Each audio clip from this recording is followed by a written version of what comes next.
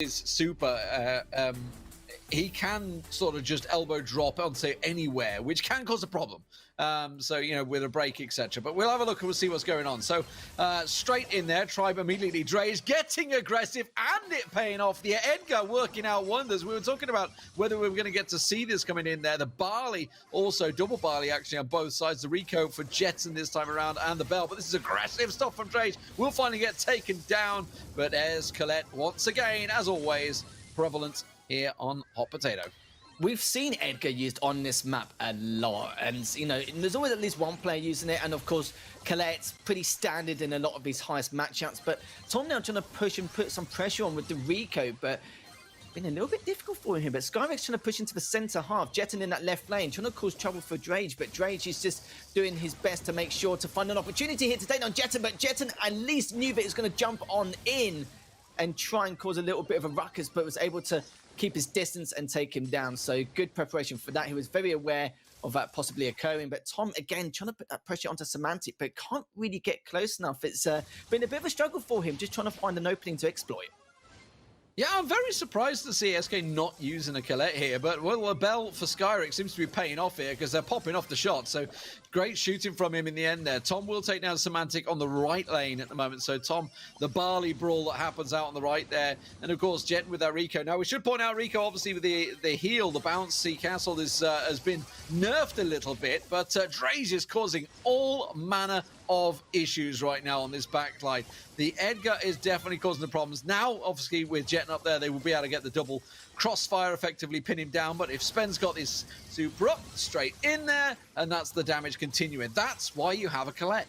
That is exactly why, as it wouldn't be standard if a Colette wasn't in play. And Skyrex now still in the center, just trying to play that range game here. And you can see in terms of percentages, SK Gaming are down by 12% and just still being patient, even though they've got 20 seconds left. But Trace has been taken down, which means Jetton's got room here to push up with that Rico and does do a fair amount of damage, but still needs to find 4%. But they need the numbers. Jetton is pulling back. Semantic now going to be pushing up in that right lane. But long as Tom keeps his distance and keeps Semantic at bay from that Barley, but it doesn't matter. They've already pushed all the way up, but it's going back and forth in terms of percentages, and he's going to come out. It looks like Tribe are the ones who's actually dropped dramatically down to 19%. For trades, let's see how it's worked out, or whether we're going to have the double Barleys in there. So let's have a quick ping. So it is the double Barleys, there is the change coming through, it is the double Rico now, and the change is actually Dynamite coming out for Drage. Okay.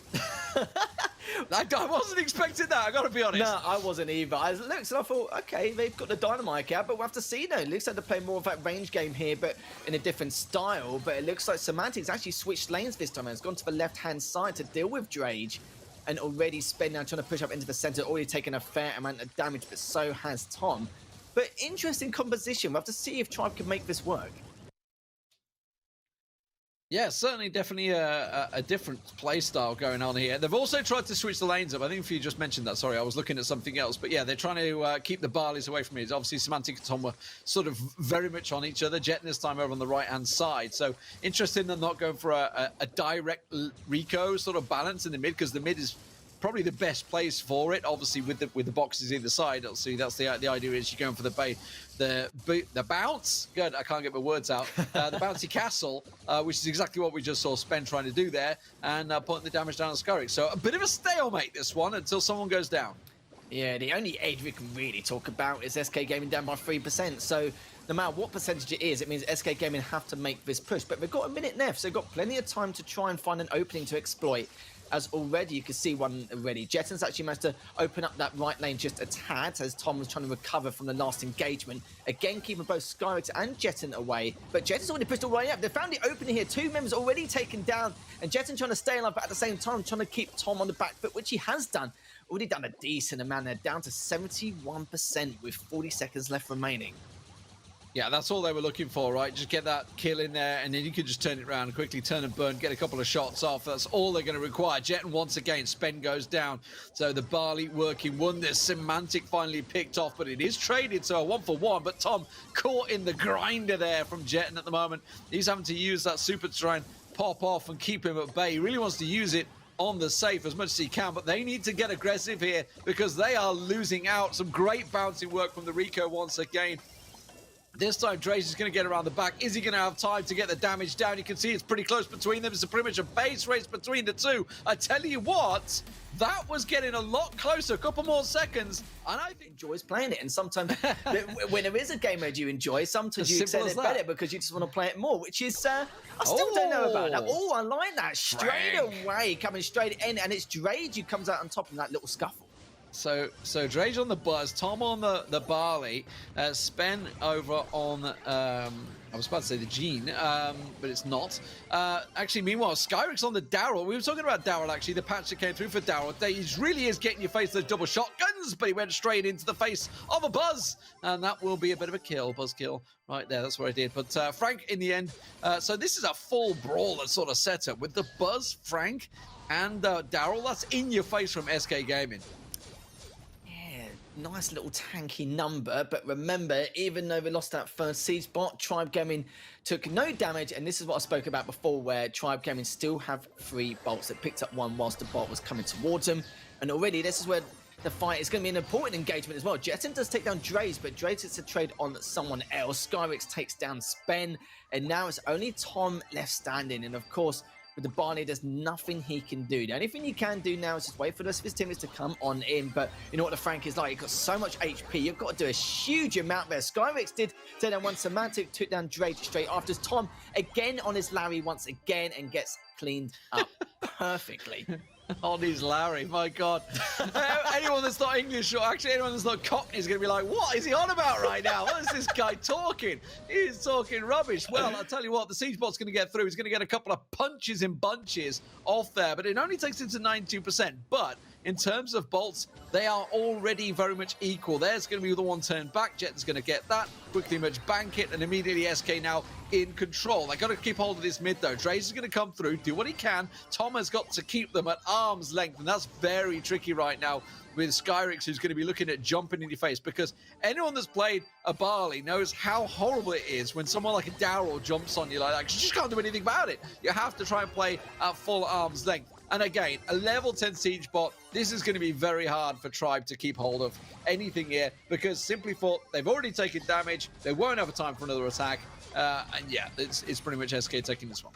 Yeah, this is going to be, a done job already. And it took a bit of time, but again, another game where I didn't feel like SK Gaming were not in control in any way. Like, yeah, sure, they lost that third siege spot, but I mentioned it before, Tribe Gaming, they still had that 3 bolts. I never, ever in the slightest, one time in any of these games, feel like they kind of lost control, or things got a little bit out of hand, or coordination was not too good, or they were way too spread out. They've been very well coordinated, and they fought about every single one of these games. But look at this now, the Cole and the Pam comes out, as well as the Frank. This is a very good composition, and I like this from Tribe.